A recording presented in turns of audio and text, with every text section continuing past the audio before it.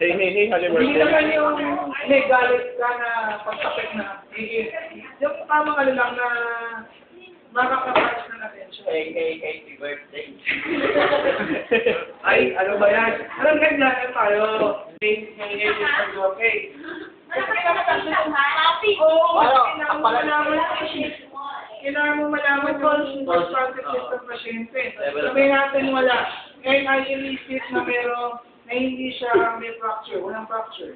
Walang neck fracture. So, head tilt chin lift maneuver. So, nakakapagin yan. So, if you would like to check, alright. Kailangan kayo di ba yung nakakulong, okay? Look and feel. So, ibig sabihin, daramdaman mo, yung mo, kailangan malapit sa nose. Para malalaman mo kung kung meron hangin at ang Lumuhin na po ako sa nose. yung right and cold ko meron. Hindi, ay mo kaganyan mo. Sabi natin wala. The patient has no breathing and no pulse. Kasi yung second Asado po. wala din, negative. So they will do chest compression. So sinabi natin, yung wave. Ako na rin, pinalaki siya yung rib. At ama ito, photography. I-slide yung sa dito, lagay ka na protein gel, break, so heal na hand. So, kung nandito yung nipple niya, kunwari lang na dyan, ha?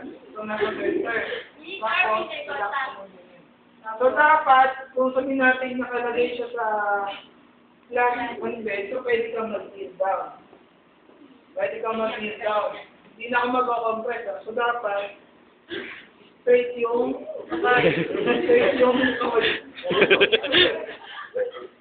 So, tapos, baka conscious ko eh. So, yung depth nyo, di ba, pag sa adult, 1 to 1.5 compression. So, yan, bibilangan na. 1, 2, 3, 4, 5, 6, 7, 8, 9, 10, 11, 12, 13, 14, 20. 1, 2, 3, 4, 5, 6, 7, 8, 9, 1. Tapos, this. Yes, sir. Sige, sir. Huwag ka na! Sige, wala naman.